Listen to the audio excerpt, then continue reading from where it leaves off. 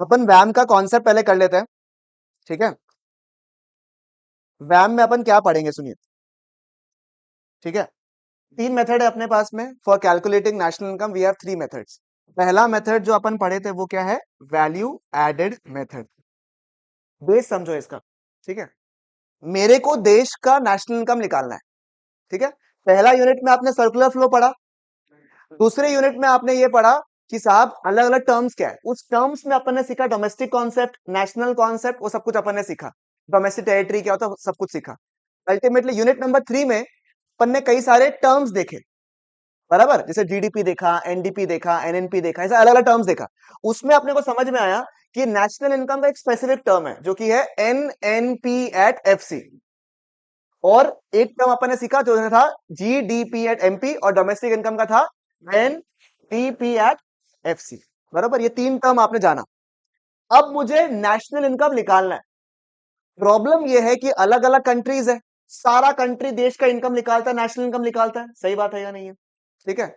और कोई अगर एक ही मेथड होगा मान लो टू कैलकुलेट नेशनल इनकम, तो वो कहीं ना कहीं एक कंट्रीज के लिए फाइट करेगा ना। कुछ कंट्रीज के लिए शायद कोई मेथड सही होगा, कोई कंट्रीज के लिए वही मेथड अच्छा नहीं होगा।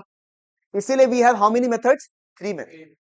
तीनों मेथड जो आपने देखा है, तीनों मेथड में कोई ना कोई लॉजिक तो होगा ना, कि ये लॉजिक को इस्तेमाल करके मैं नेशनल इनकम निकालूंगा, बरोबर, या जो भी मुझे निकालने बोलेगा वो मैं निकालूंगा। तो पहला मेथड जो आपने पढ़ा वो था वैम, वैल्यू एडेड मेथड। अब मुझे बताओ एक बार, जब अपन नेशनल इनकम शुरू किए थे तो पहला टर्म अपन ने क्या सीखा था, जीडीपी। पहला टर्म जो अपन ने सीखा था वो क्या था, GDP। अगर मैं उसको सिंपल रखूं, वही जो शुरू में पढ़ा था उसके हिसाब से अपन काम करते हैं।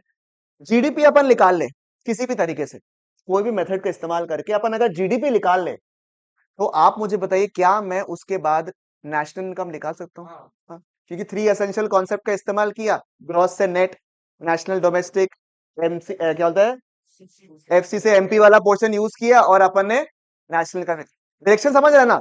सबसे इजी मेथड क्या होगा कि किस तरीके से मैं जीडीपी निकाल लूं, और जीडीपी से मुझे जो निकालने बोलेगा वो मैं निकाल लूंगा, ठीक है। अब निकालना क्या है, मेरे को पहला स्टेप क्या है, जीडीपी निकालना है। जीडीपी का मतलब क्या है, देश में कितना गुड्स एंड सर्विसेज प्रोड्यूस हुआ एक साल के अंदर, बरोबर, ठीक है। देश में जो गुड्स एंड सर्विसेज की मैं बात कर रहा हूं, वो कौन सा गुड्स एंड सर्विसेज हुआ, फाइनल गुड्स, जो फाइनल कंज्यूमर्स लोग कंज्यूम कर रहे हैं, केवल वही होगा ही नहीं होगा। अब प्रॉब्लम क्या है, मान लो पूरा देश है, पूरा वर्ल्ड है, ठीक है। अब मुझे अगर देश में निकालना है फाइनल गुड्स का वैल्यू, तो हो सकता है कि ये सामान बना रहा है, उसके बाद तुम्हारे पास गया, तुमने फाइनली कंज्यूम नहीं किया, तुमने इसको बेचा, इसने आगे बेचा, और ये फाइनली कंज्यूम कर रहा है सामान को। मान लो यहाँ तो सिर्फ चार ही लोग इन्वॉल्व हुआ, ऐसे 20 लोग भी इन्वॉल्व हो सकते हैं जहां पे फाइनल कंज्यूमर जो है 28% है। भाई कोई फैक्ट्री वाला है, वो बंदा बना रहा है, वो अपना किसी डिस्ट्रीब्यूटर को बेच रहा है, वो अपना सुपर स्टॉकिस्ट को बेच रहा है, सुपर स्टॉकिस्ट जो है होलसेलर को बेच रहा है, होलसेलर जो है रिटेलर को बेच रहा है, रिटेलर जो है कस्टमर को बेच रहा है। बहुत लंबा प्रोसेस हुआ या नहीं हुआ, आप मुझे बताओ। इतना सारा सामान है पूरा देश में, ठीक है ना, इतना सारा सामान है। पॉसिबल है क्या कि अपन हर एक सामान का, हर एक प्रोडक्शन कैसे ट्रैक करता रहे अपन बैठ के कि हाँ ये फाइनल कंज्यूमर है, अच्छा ये फाइनल कर, पॉसिबल है क्या, नहीं। अपने एक डायरेक्शन तो दिखा अपने को कि अपने को क्या निकालना है, जीडीपी निकालना है। बट इशू क्या है कि फाइनल वैल्यू निकालना डिफिकल्ट है, पॉसिबल नहीं है। Frankly speaking it is very tedious, right, possible नहीं है। तो क्या करें, ठीक है। तो मैं दिमाग लगाया, मैंने बोला यार फाइनल वैल्यू तो निकालना पॉसिबल नहीं है, तो क्या करूं यार। जब एक सामान एक पर्सन या एक एंटिटी से दूसरे एंटिटी के पास जाएगा, when it travels from one person to the other और one enterprise to the other, कुछ ना कुछ तो कारण होगा ना, उसकी वजह से जा रहा है।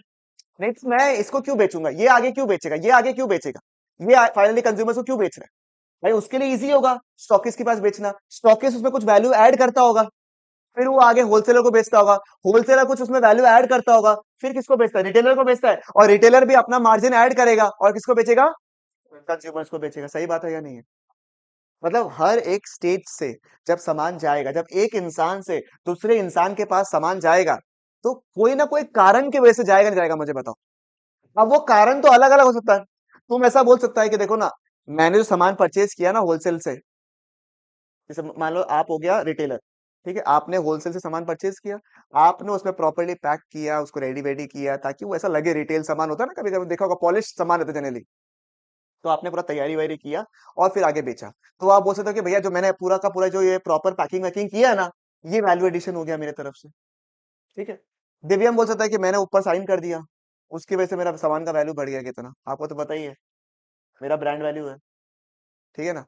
तो उसकी वजह से वैल्यू एडिशन हो गया। अरे शूज में होता है ना, नाइकी का शूज में अगर किसी को शौक है तो पता होगा आप लोग को, वही सेम शूज। ठीक है। नॉट दैट चेंज, फिर उसमें अगर मान लो ट्रेविस स्कॉट आ गया, तो वही 15,000 का शूज जो है 10 लाख 12 लाख 14 लाख 15 लाख में जाता है। ठीक है। वो भी किस्मत होगा अगर मिल जाए तो क्या हुआ उसमें, तो एक दिन का नाम ही तो एसोसिएट हुआ ना। अब नॉर्मल नाइकी का शूज भी आता है, जॉर्डन्स भी आता है, and why do you bye Jordan, ऐसा है कि सुपीरियर क्वालिटी में, ऐसा कुछ नहीं है। मैं बता रहा हूँ ना आपको, पर्सनली बता रहा हूँ मैं आपको, ऐसा मेरे को तो लगता है क्वालिटी इन जनरल जो नॉर्मल शूज होता है उसका बेटर रहता है then the shoes. But why do I have bought it और why do you buy it, brand name की वजह से कि यार जॉर्डन्स है तो कुछ ना कुछ तो अलग होगा। ठीक है। सही बात है या नहीं, तो कुछ ना कुछ तो वैल्यूएशन होता ही नहीं होता, मुझे बताओ। कुछ को आप एक्सप्लेन कर पाओगे, कुछ को आप एक्सप्लेन नहीं कर, बट ऐसे तो है नहीं ना, आप बोलोगे इस पर्सन तो दूसरा पर्सन को गया, कुछ तो किया है वैल्यूएशन, कुछ।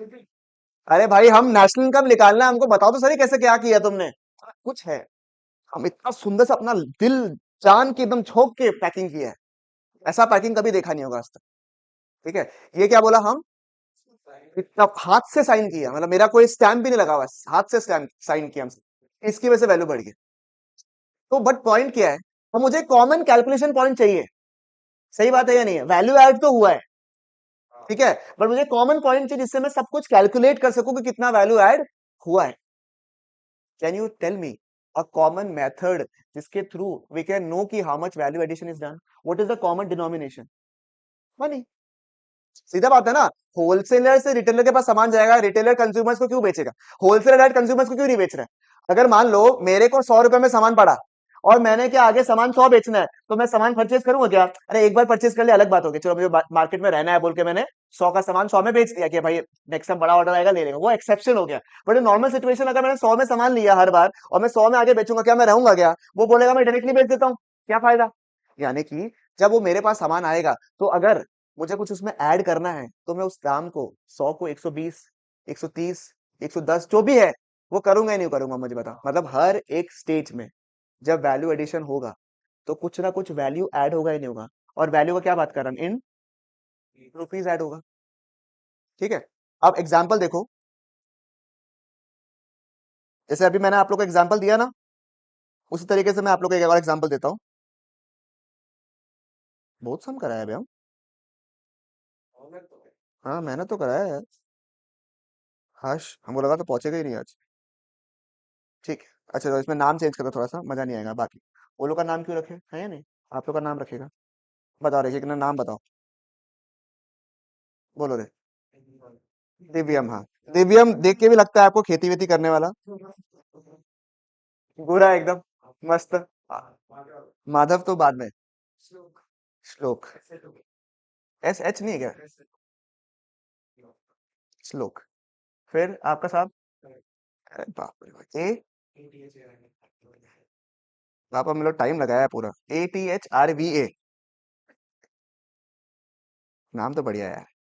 और माधव, माधव मिश्रा, अरे माधव मिश्रा जानता नहीं क्या तुम लोग, अरे माधव हो गया सॉरी। अरे इसमें भी कोई लेट आया भाई, आइए आइए आइए। इसमें ऑनलाइन में भी लेट हो गया, रास्ता में जाम मिला होगा बेशरम। माधव, और आपका नाम क्या है? बताओ ना। प्रियांशी। नहीं नहीं हम कह देता है माधव, मैट प्रियांशी कर दे क्या, मैट प्रियांशी। अरे तो अच्छा है, माधव एंड, अरे ये एंड नहीं होता क्या, आज तक वो एंड लगा था, ऐसे ही लिखता है ना एंड। हाँ। और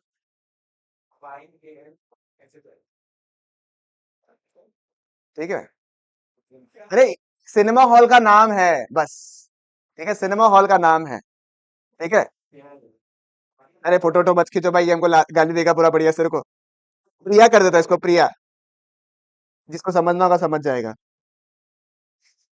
ठीक है सुनो, तो माधव और प्रिया का बोल के नाम का एक तो क्या है, सिनेमा हॉल है। ठीक है, तुम्हारा बात नहीं कर रहा हूं।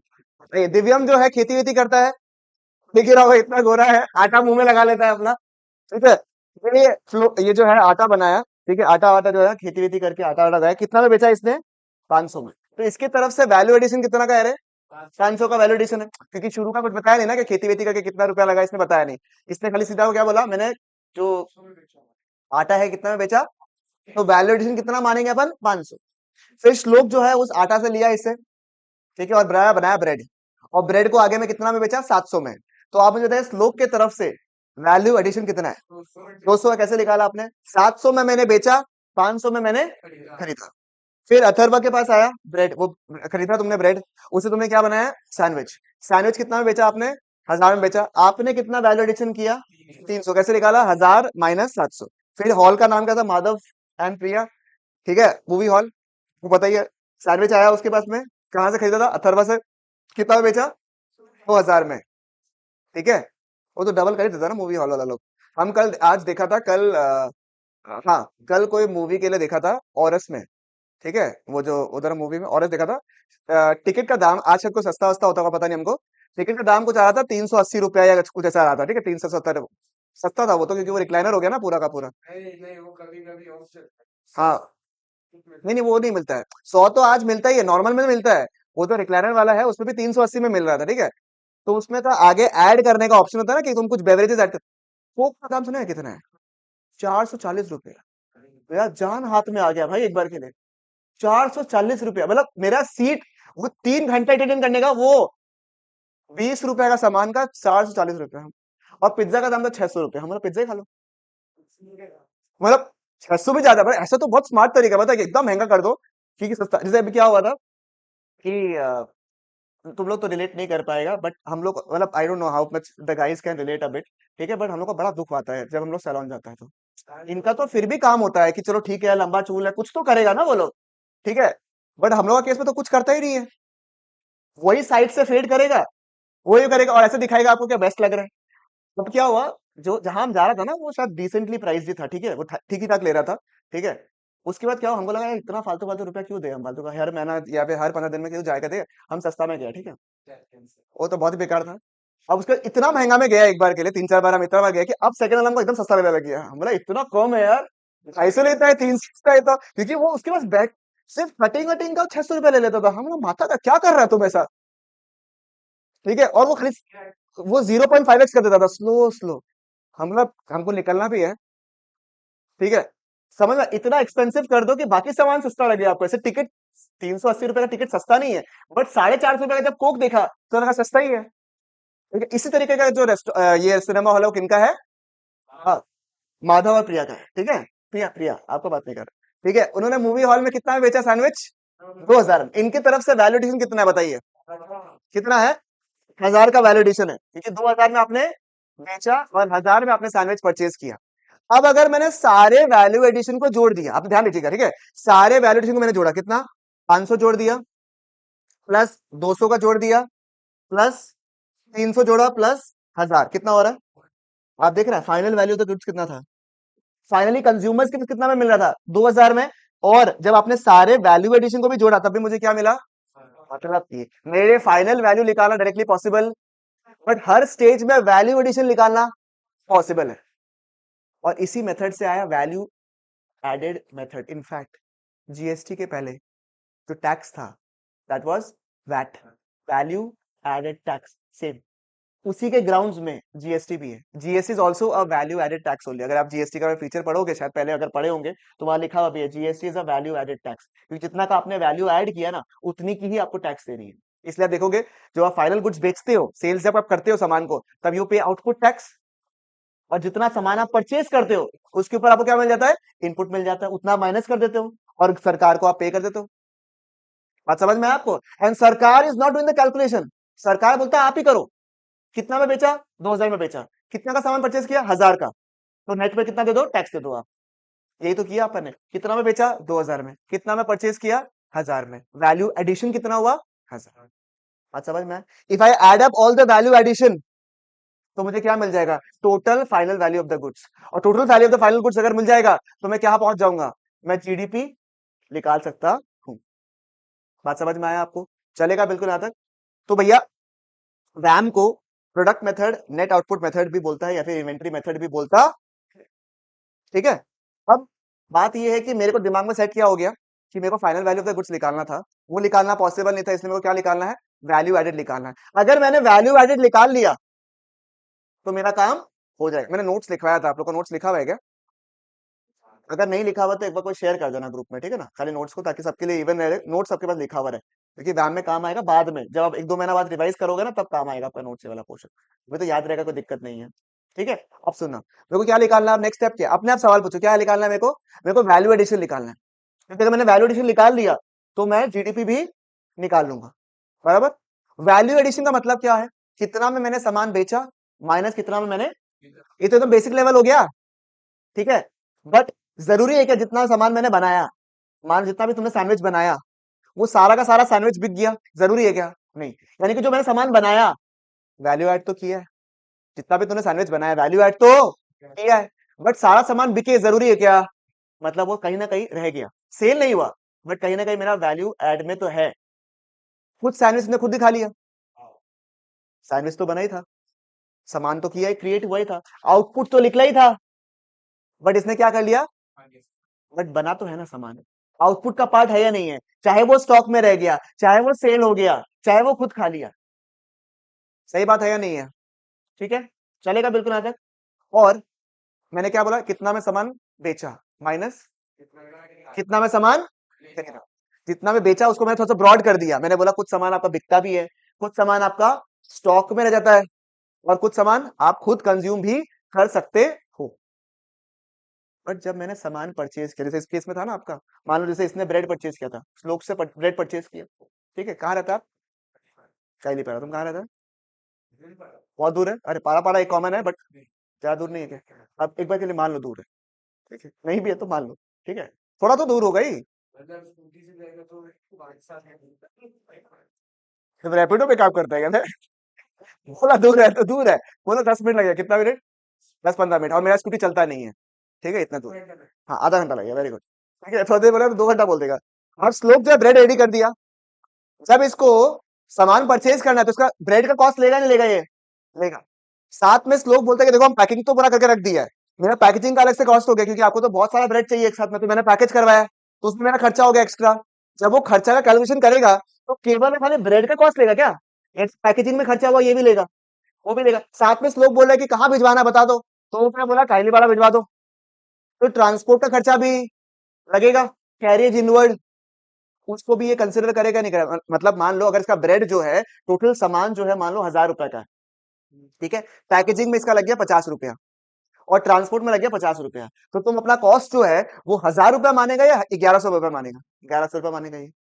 सही बात है या नहीं है? यानी कि सामान आप परचेज तो है ही, कितना में आपने खरीदा वो तो है ही, साथ में जो उसमें खर्चा हो गया ना सामान के ऊपर, वो भी कंसिडर करता है।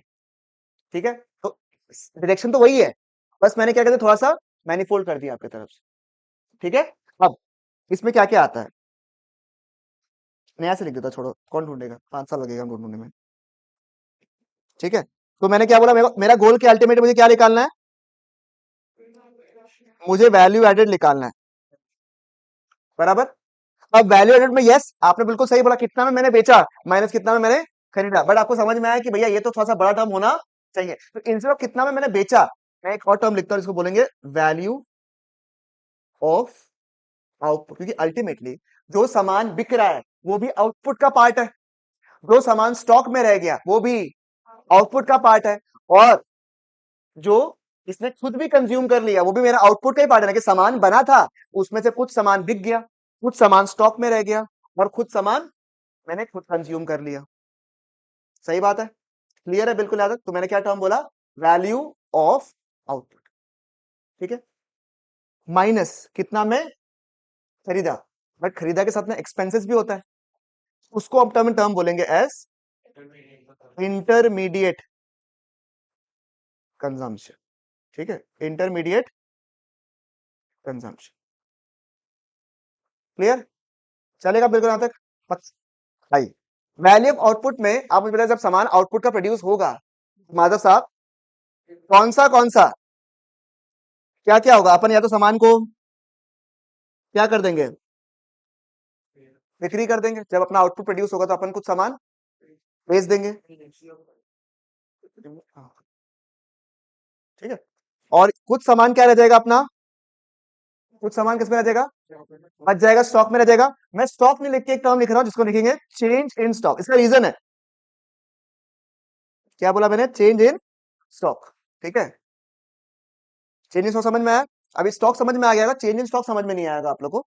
और तीसरा मैंने क्या बोला, सेल्फ कंजम्पशन, यानी कि goods used for self consumption. अब एक बात बताओ, गुड्स अगर मैंने खुद कंज्यूम कर लिया, एप्पल ने बैटरी बनाया, बैटरी को खुद भी अपने आईफोन में लगा लिया, कुछ सामान बाहर भी बेच दिया, होता है ना, बैटरी बिकता ही है बाहर में, कुछ पार्ट्स तो बिकता ही है बाहर में, तो खुद भी कंज्यूम करता है। गुड्स को इंक्लूड कर रहा है अपन आउटपुट का पार्ट में, गुड्स को तो इंक्लूड करी ना, जो अपन खुद कंज्यूम कर लिया उसको अपन आउटपुट का पार्ट मानता है नहीं मानता है, मानता है। और एक बात बताओ मेरे को, इस तरीके से सर्विसेज भी तो हो सकता है ना, सर्विसेज फॉर सेल्फ कंजम्पशन, वो इंक्लूड होगा, services for self consumption include होगा। क्यों, क्योंकि सर्विसेज का वैल्यू को डिटरमाइन करना पॉसिबल नहीं है। तुमने अपने कंपनी में तुम गया, ठीक है, या तुम अपने शॉप में गए, मान लो एग्जांपल, तुमने पूरा दिन काम किया, ठीक है, मेहनत किया, तुम उसका वैल्यू को डिटरमाइन करना पॉसिबल है क्या तुम्हारे लिए, मुझे बताओ एक बात के लिए, can you compare it, no. तो चाह के भी उसका कॉस्ट तुम इंक्लूड नहीं कर सकते। Yes, you have heard about opportunity cost, that's true, उसका कॉस्ट डायरेक्टली निकालना पॉसिबल नहीं है, इसलिए services for self consumption upon include नहीं करता है, but goods use for self consumption upon include करता। देखो दिमाग में बात, सीधा बात है, अगर आपके कॉन्सेप्ट क्लियर है इस मामले में, तो आप सम्स तो क्या बाय हाथ का खेल है, और अगर सम्स थोड़े टेढ़े भी आ गए तो भी आप आंसर निकाल लोगे, क्योंकि कॉन्सेप्ट रहेगा आप लोगों का केस में। बात समझ में आया आपको, बिना कॉन्सेप्ट का अगर सम्स कॉमन गिर गया तो बात अलग है, अदरवाइज फिर दिक्कत होगा आप लोग को, ठीक है। और फिर देखो, अब ये हो गया समझ में आया आपको सेल वाला पार्ट। वैल्यू ऑफ आउटपुट में जो पहला टर्म क्या बोला मैंने, sales. Sales can be domestic, domestic sale हो सकता है, यस, और इंटरनेशनल सेल तो क्या बोलता है, एक्सपोर्ट्स। तो सेल्स जो है वो डोमेस्टिक भी हो सकता है या फिर एक्सपोर्ट से हो सकता है। अब साहब क्वेश्चन ये आया कि भैया स्टॉक क्यों नहीं लिखा, आपने क्या लिखा है यहाँ पे, चेंज इन स्टॉक क्यों लिखा आपने, ठीक है, बिकॉज जब मैं जीडीपी निकालता हूं तो मैं पूरे साल का निकालता हूँ या 15-20 साल का निकालता हूँ, मैं एक साल का निकालता हूँ।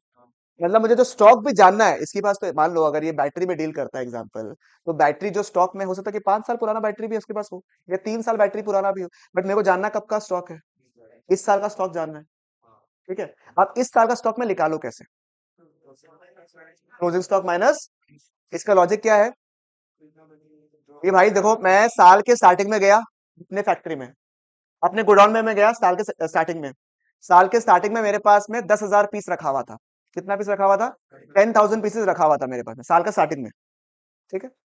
पूरा साल मैंने काम किया, जब मैंने वापस साल के लास्ट में मैं जब गया और जब मैंने गोडाउन खोला, तो मैंने उसमें 25,000 पीस देखा। साल के स्टार्टिंग में कितना था, 10,000 पीस, साल के एंड में कितना था, टोटल इस साल कितना स्टॉक बचा आपका, कैसे निकाला आप लोग, क्लोजिंग में 25,000 रुपए बचा हुआ था और ओपनिंग में कितना पड़ा हुआ था, 15,000। तो इस साल का स्टॉक कितना है, 15,000, उसको बोलता है चेंज इन स्टॉक, जो कि अपन निकालता है as closing stock minus opening stock. ये समझ में आ गया आप लोग को, सर्विसेज फॉर सेल्फ कंजम्पशन नहीं आएगा, but goods use for self consumption आएगा। बोलो इस तरह का सारा चीज क्लियर है, पक्की बात है यहाँ तक, इज इट फाइन, क्लियर है बिल्कुल बढ़िया से, ये वैल्यू ऑफ आउटपुट क्लियर हो गया बढ़िया से। तो इसलिए जब आपका सवाल आएगा ना, जब मैंने आपको सम्स कराया था लास्ट क्लास में, तो मैंने क्या बोला था आप लोग को कि देखो आप लोग कौन सा टीयर में पूछा है, अगर क्वेश्चन में वैल्यू ऑफ आउटपुट दिया हुआ है तो माथा लगाना है क्या, नहीं, मेरा तो गोल ही यही है कि वैल्यू ऑफ आउटपुट निकालना है मेरे को, तो मैं माथा लगाऊंगा ही नहीं। जब वैल्यू ऑफ आउटपुट नहीं दिया हुआ है, मैं सेकंड स्टेप में जाऊंगा जो कि रहेगा सेल्स, चेंज इन स्टॉक या फिर goods use for self consumption. और अगर सेल्स का मतलब हो गया टोटल सेल्स, अगर क्वेश्चन में डोमेस्टिक सेल्स दिख गया कहीं पे, मतलब कहीं ना कहीं क्या मिल सकता है आपको, एक्सपोर्ट्स भी मिल सकते हैं। नहीं दिया हुआ तो क्या एज्यूम करेंगे, बात समझ में आया आपको। स्टॉक में कभी कभी आपको क्लोजिंग स्टॉक ओपनिंग स्टॉक दिया सकता है, कभी कभी लिखा हो सकता है इंक्रीज इन स्टॉक, इसका मतलब क्या होगा, स्टॉक पहले से पॉजिटिव रह गया, पहले से बढ़ गया, पहले मेरे पास 5,000 पीस था अब 7,000 पीस हो गया, यानी स्टॉक पहले से बढ़ गया। कभी कभी स्टॉक डिक्रीज हो सकता है, इस साल मैंने उतना स्टॉक रखा नहीं, पिछले साल मेरे पास 10,000 पीस था, इस साल मेरे पास में 7,000 पीस ही बचा हुआ है, मतलब पहले से मेरा स्टॉक क्या हो गया, कम हो गया, तो डिक्रीज इन स्टॉक भी हो सकता है। समझ में आया आपको? और goods use for self consumption तो सिंपल, ठीक है। ये हो गया लेफ्ट हैंड साइड वाला पार्ट खत्म। इंटरमीडिएट कंजम्पशन में जो मैंने आपको बताया था, जब तूने ब्रेड परचेज किया तो तेरे दो ही खर्चा हुआ है। एक हुआ है आपका एग्जाम, तो एक हो गया तुम्हारा परचेज, इस केस में का ब्रेड परचेज हो गया, और एक हो गया तुम्हारा एक्सपेंसेस, जो तुम्हारा ट्रांसपोर्ट का खर्चा हुआ। बट कौन सा एक्सपेंसेस? Direct expenses. कौन सा एक्सपेंसेस? ठीक है, वो एक्सपेंस जो कि सामान में लगेगा। मतलब जब आप ये सामान बना रहे हो और जब आप कस्टमर को बेच रहे हो, का जितना भी खर्चा ये सामान पे आप लगा रहे हो, वो सारा खर्चा वो अपन बोलेंगे direct expense, which I include in the flow of the goods. सामान में लगते हुए आपको दिख रहा है। बात समझ में आया आपको? चाहे वो ये ब्रांडिंग भी हो, उसका खर्चा जो अगर ब्रांडिंग का एक्स्ट्रा खर्चा हुआ है, उसका खर्चा भी क्या अपन बॉटल में रिकवर करेगा या नहीं करेगा? यस, तो ये कौन सा खर्चा हो गया? Direct expense. क्लियर है बिल्कुल यहां तक? ठीक है, इनडायरेक्ट एक्सपेंस अपन इंक्लूड नहीं करेगा क्योंकि उसका ना डायरेक्टली सामान में डालना पॉसिबल नहीं है, तो इनडायरेक्ट एक्सपेंसेस इंक्लूड नहीं होता। और जैसे सेल्स इंडिया में भी हो सकता है, बाहर भी हो सकता है, वैसे ही परचेज भी कैन बी डोमेस्टिक या फिर, सही बात है या नहीं बताओ? क्लियर है? कोई दिक्कत नहीं यहां तक? सिंपल लगा आप लोग को यहां तक? ये इस सबसे क्या मिलेगा मेरे को? Value added. ठीक है, इसको मैं प्यार से ग्रॉस वैल्यू एडिड भी बोल सकता हूँ, क्योंकि कैसे ग्रॉस वैल्यू बोलूंगा? वैल्यू एडिशन निकाला आपने, अब वैल्यू एडिशन जो है वो आपके प्राइमरी सेक्टर के लिए भी हो सकता है, वैल्यू एडिशन जो है आपका सेकेंडरी सेक्टर के लिए भी हो सकता है। अलग अलग सेक्टर्स का अलग अलग वैल्यू एडिशन लिखे हो, और वैल्यू एडिशन आपका टर्शरी सेक्टर का भी हो सकता है।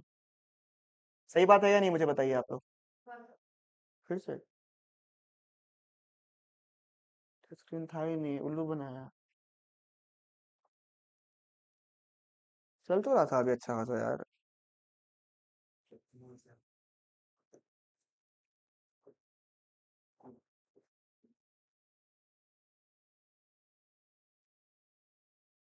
कुछ तो, ओह अच्छा, वाई में इश्यू है। ठीक है, समझ में आया? टर्शरी सेक्टर, इन सबको जब मैं ऐड करूंगा तो मुझे मिलेगा gross value added at market price. क्या मिलेगा? Gross value added at market. अगर कुछ भी नहीं लिखा हुआ है, ठीक है, तो ग्रॉस वैल्यू एडेड को अपन जीडीपी एट एमपी भी बोल सकते हैं, क्योंकि ग्रॉस वैल्यू मतलब total value addition. Total value addition मतलब क्या मिलता है? Total value of the final goods, it is nothing but what? GDP. इसलिए gross value addition at market price is nothing but gross domestic product at market price. Clear है बढ़िया से यहां तक? कोई दिक्कत नहीं है। अब जब आपने gross domestic product at market price निकाल लिया, या फिर जीवीए एट एमपी निकाल लिया, वहां से आपको जो निकालने बोलेगा आप निकाल लोगे, है या नहीं बताओ? इजी लगा? ये कॉन्सेप्ट है आपका वैम का। समझ में आया? इसके बाद आपने सम्स किया था। फ्लो समझ में आया? क्या करना है अपने को? सवाल दिया हुआ रहेगा, ये देखो कि परचेज दिया, अगर इंटरमीडिएट कंजम्पशन दिया हुआ है तो जबरदस्ती का परचेज रिलेटेड एक्सपेंस देखोगे क्या? नहीं। अगर नहीं दिया हुआ है तब क्या ढूंढोगे? परचेज और एक्सपेंसेस। ठीक है, चलेगा। एक्सपेंसेस में नोट कर लेना, वेजेस हो गया, पावर चार्जेस हो गया, कैरेज इनवर्ड हो गया, पैकेजिंग एंड फॉरवर्डिंग चार्जेस हो गया, ये सारे कौन से एक्सपेंसेस है? Add expenses. ठीक है, चलेगा। एडवर्टीजमेंट किया अगर इस सामान का, नॉर्मल जनरल एडवर्टीजमेंट, तो वो इनडायरेक्ट एक्सपेंस है, वो इसमें इंक्लूड नहीं होगा। इसी सामान का क्या डायरेक्ट एक्सपेंस होगा, क्योंकि इसका सामान का कॉस्ट आप लेगा, इसको मार्केटिंग करने के लिए, इस बॉटल को मार्केटिंग करने के लिए मैंने इतना खर्चा हो गया, तो वो कौन सा एक्सपेंस हो गया? हाँ, क्योंकि प्रोडक्ट में लग जाएगा। ठीक है, क्लियर है बिल्कुल यहाँ तक? इससे मुझे क्या मिलेगा? Gross value added at market price और जीडीपी एट एमपी। ठीक है, अब आप जब भी सम करोगे आपको निकालना क्या आता है हमेशा? एट एमपी निकालना मेरे को आता है। वहां से मुझे जो सवाल पूछेगा, जनरली क्वेश्चन पूछता है या तो एनवीए एट एमपी या फिर NV at FC. I don't know why, क्यों पूछता है वो नहीं पता हमको। ठीक है, बट पूछता सबसे ज्यादा यही सवाल है। कुछ भी पूछो, क्या फर्क पड़ता है? आपको निकालना क्या आता है? ये पहले निकाल लो।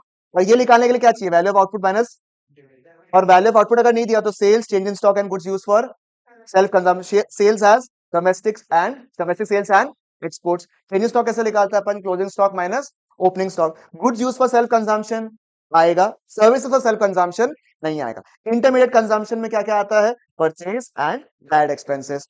Purchase can B of direct purchases and sorry, domestic purchases and imports. Direct expense आएगा, इनडायरेक्ट एक्सपेंस नहीं आएगा। अगर क्वेश्चन में लिखा हुआ है डोमेस्टिक कंजम्पशन, क्या लिखा हुआ है, तो उसमें क्या आएगा मुझे बताइए, डोमेस्टिक कंजम्पशन में क्या आएगा? Domestic purchase, very good. और कौन सा एक्सपेंस आएगा? Direct expense. बात समझ में? मतलब इसमें क्या इंक्लूड नहीं है, डोमेस्टिक कंजम्पशन से अपन इंटरमीडिएट कंजम्पशन में कैसे जा सकता है? इंपोर्ट ऐड कर देंगे अपन। ठीक है, इंटरमीडिएट कंजम्पशन में मेनली देखा जाए तो तीन ही चीज है ना, परचेज है, मैंने डोमेस्टिक परचेज है, इंपोर्ट्स है और डायरेक्ट एक्सपेंसेस है। ये दोनों को अगर अपन जोड़ दे, किसको किसको, इसको और इसको जोड़ तो क्या मिल जाएगा अपना? डोमेस्टिक कंजम्पशन बन जाएगा। इसमें अगर इंपोर्ट ऐड कर देगा तो क्या मिलेगा? Intermediate consumption. बात समझ में आया? वापिस बता रहा तेरे लिए, ठीक है। डोमेस्टिक परचेज और अगर डायरेक्ट एक्सपेंसेस में ऐड कर दूं तो हो गया डोमेस्टिक कंजम्पशन। मुझे निकालना क्या है? तो अगर मान लो क्वेश्चन में दिया हुआ है डोमेस्टिक कंजम्पशन, जो आपका पहला क्वेश्चन आपने प्रैक्टिस किया था ना, उसमें डोमेस्टिक कंजम्पशन दिया हुआ था, ठीक है, तो मुझे क्या ऐड करना पड़ेगा साथ में? Imports, if even, if given तो ऐड कर दूंगा, उससे क्या मिल जाएगा मुझे? Intermediate consumption. समझ में आया आपको? ठीक है, इज इट फाइन? ये था कॉन्सेप्ट ऑफ वैम।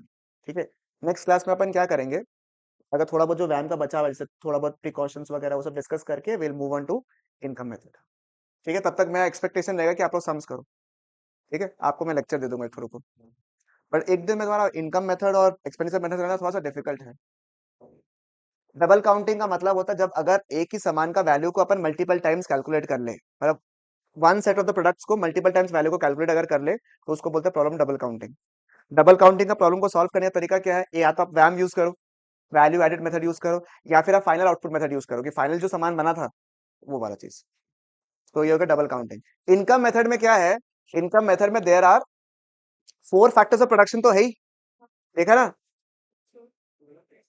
ठीक है, उन चारों के अलावा एक और इनकम आता है, उसको बोलते हैं मिक्स्ड इनकम।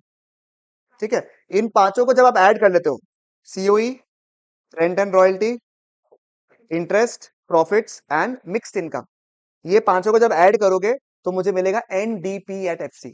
क्या मिलेगा? एनडीपी यानी कि डोमेस्टिक इनकम। सिर्फ ये इनकम मेथड में ही एक है जहां पे आपको जीडीपी नहीं मिलता है, क्या मिलता है? एनडीपी एट एफसी मिलता है। ठीक है, वहां से आप नेशनल इनकम निकालोगे जो भी सवाल पूछेगा। और एक्सपेंडिचर मेथड जो इसमें चार कंपोनेंट है, खर्चा चार जगह हो सकता है, तुम्हारे खाने पीने का खर्चा, ठीक है, उसको बोलता है कंजम्पशन एक्सपेंडिचर, मैं भी टर्म नहीं सिखा रहा हूं आपको, कंजम्पशन एक्सपेंडिचर। दूसरा हो सकता है कि आपने खर्चा नहीं किया, ठीक है, गवर्नमेंट ने खर्चा किया, जैसे गवर्नमेंट ने साफ सफाई करा दिया, सब कुछ करा दिया, तो गवर्नमेंट की तरफ से भी खर्चा होता है, तो उसको बोलेगा domestic consumption of the government. Terms आप लोग देख लेना एक बार के लिए, ठीक है। तीसरा हो गया इन्वेस्टमेंट, हमेशा खर्चा अगर जरूर थोड़ी ना, अपना इन्वेस्टमेंट कहाँ का होता है? बिल्डिंग्स वगैरह परचेज किया अपन ने, ठीक है, तो वो इन्वेस्टमेंट हो गया आपका। बिजनेस से मशीन वगैरह परचेज किया, वो क्या हो गया? इन्वेस्टमेंट हो गया आपका। गवर्नमेंट ने टनल्स वगैरह बनाया, वो क्या हो गया? इन्वेस्टमेंट हो गया। ये तीन कंपोनेंट समझ में आया, खर्चा मेरा और गवर्नमेंट का, इन्वेस्टमेंट मेरा और गवर्नमेंट का, और लास्ट हो गया नेट एक्सपोर्ट्स बोल, इसका लॉजिक मैं अभी बताना पॉसिबल नहीं है। नेट एक्सपोर्ट्स निकालता है अपन एक्सपोर्ट्स माइनस इंपोर्ट्स। ये चारों कंपोनेंट को जब अपन जोड़ देता है तो मुझे मिलेगा जीडीपी एट एमपी। सेम जैसे इसमें भी क्या मिला मेरे को? जीडीपी एट एमपी, वहां भी क्या मिलेगा मेरे को? GDP at MP. ये एक्चुअली देखा जाए ना, मैं आपको ऑनेस्टली बता रहा हूँ, वैम थोड़ा सा टेढ़ा है, to remember the charts and all. Income method and expenditure method में क्या है, वहां पांच कंपोनेंट दिया हुआ, यहाँ पे चार कंपोनेंट दिया हुआ, पांचों को ऐड करो आंसर लिख लेगा, यहाँ चारों को ऐड करो आंसर लिख लेगा। वो तो और इजी है ऑपरेटिंग सरप्लस में, तो सिखा देगा वो सब पॉइंट तो।